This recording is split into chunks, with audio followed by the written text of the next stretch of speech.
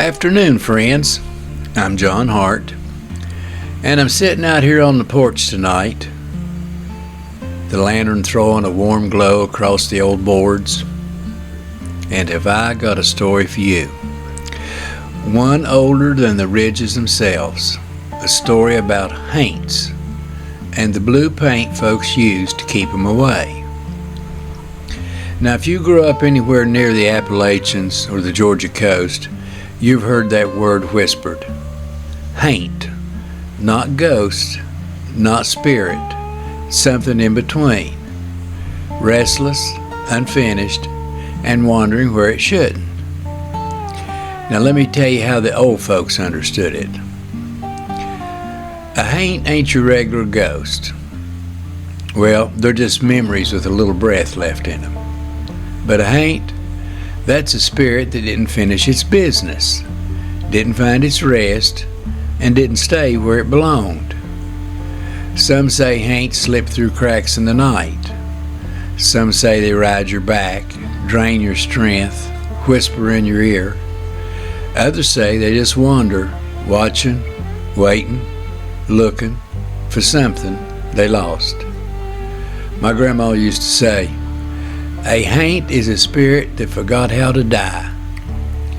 And when she said it, she'd look out across the yard like she expected one to step out of the tree line at any minute. The word haint traveled a long road.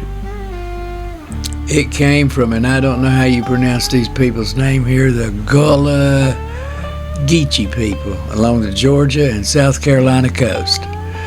Folks with deep African roots and traditions older than this country.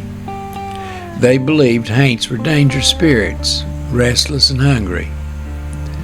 That belief drifted inland over generations, climbed the foothills, crossed the ridges, and settled deep in Appalachia. Mountain folks took the idea and made it their own.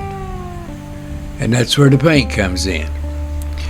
If you've ever walked through an old southern town, Savannah, Charleston, Pine Mountain, even right here in the Grange, you've seen porch ceilings painted a soft robin's egg blue.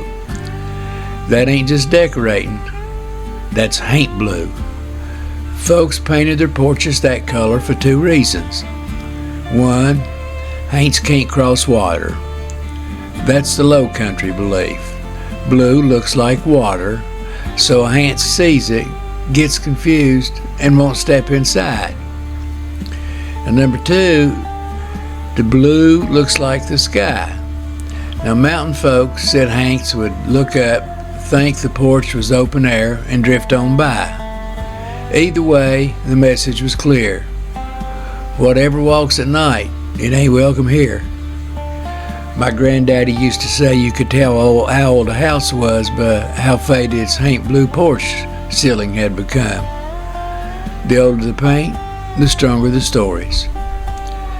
People just didn't rely on paint. They had rules, quiet ones, passed down from folks who'd seen things they didn't talk about. Don't whistle after dark. Don't rock an empty chair. Don't leave a window open on a still night. Don't call a haint by name. And whatever you do, don't challenge one. These weren't superstitions, they were survival. I remember one night years back sitting on this same porch. Fog was rolling in low and the woods were quiet, too quiet. My neighbor, old Earl, he come walking up the path with his hat in his hand. He said, "John, something's been moving around my place. Not an animal, not a person, something else." I asked him if he'd repainted his porch ceiling lately. He said no, hadn't touched it in 20 years. I told him, "Earl, you better freshen that haint blue. Some things don't like being forgotten." He laughed, but he painted it the next morning. And whatever was wandering around his place, it didn't come back. You can drive through brand new subdivisions today and still see haint blue ceilings. Most folks don't know why they paint it. They just say it looks nice. But the mountains remember, the coast remembers, the old stories remember. And maybe, just maybe, the Haints remember too. Well, friends, that's tonight's tale.